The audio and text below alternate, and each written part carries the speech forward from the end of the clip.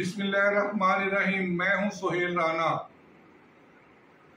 Army chief general Asim Munir ने 23 running horse और 10 medical corps, EME core, signal corps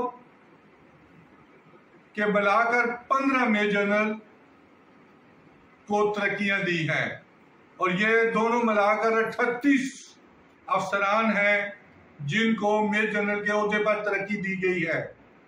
नाम क्या है, कौन है? मैं 2 रोज पहले कह चुका था कि 38 कौन से खुशकिस्मत होंगे।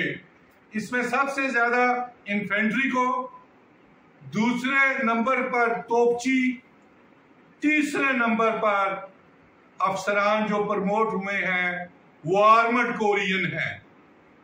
ये क्या नाम है, कौन से हैं? इसी तरह 7 नए लेफ्टिनेंट जनरल कौन से हैं?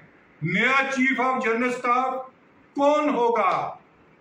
और इसी तरह डायरेक्टर जनरल आईएसआई को तोसीन मिलती है या नया आईएसआई का चीफ कौन है? 2 नाम हैं जो आईएसआई के चीफ के तौर पर दौड़ में शामिल हैं। अगर नदीम अंजुम को एक्सटेंशन नहीं दी जाती, एक का तल्लक इन्फेंट्री से है जिसके वालिद भी 3 स्टार जनरल रह चुके हैं, और एक का तल्लक तोपखाने से है। कौन से हैं?